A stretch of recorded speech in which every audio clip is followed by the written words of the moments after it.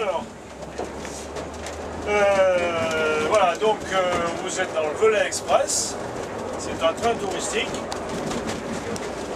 l'appellation d'un train touristique, qui est un train qui est exploité par une association qui s'appelle les Voies Ferrées du Velay. Donc c'est une association à peu près de 150 membres, dont une quarantaine de membres actifs.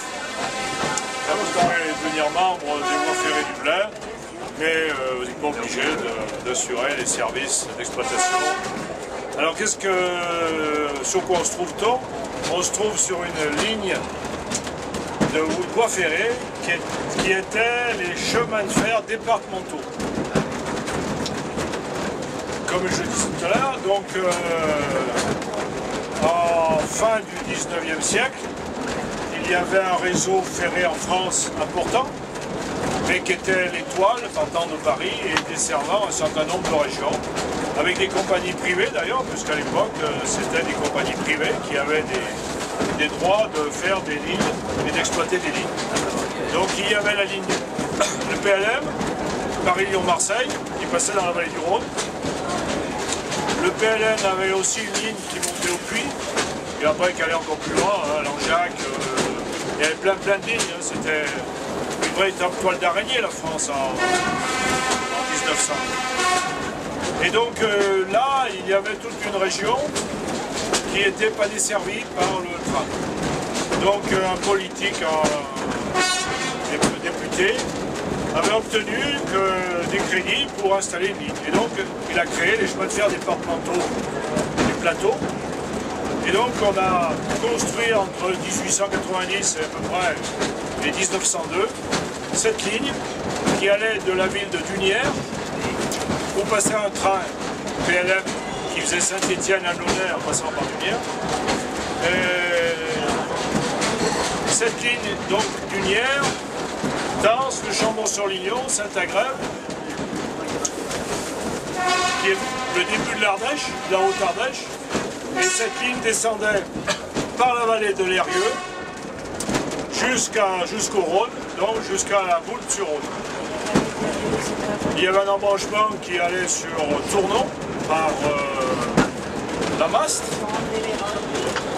Et il y avait un troisième embranchement qui partait de Roucoule, qui passait à l'île de Saint-Jean et qui rejoignait la vallée de la Loire à la Voulte-sur-Loire. Donc ça permettait, par ce réseau, d'amener les gens du plateau, de les autoriser à aller soit sur Saint-Étienne, soit sur Tournon-Valence, soit sur le Puy.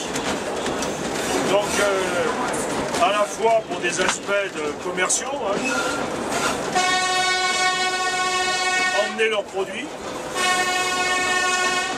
donc des trains de voyageurs et des trains à bestiaux pour les marchés et des choses comme ça.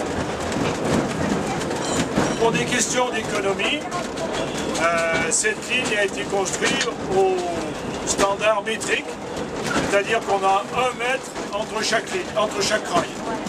Alors que les trains SNCF, les grandes voies principales, sont au standard anglais qui est de 1,435 m. Standard qui a été choisi au moment de la création des trains parce que les locomotives ont moins de capacité de transport. Donc cette ligne a...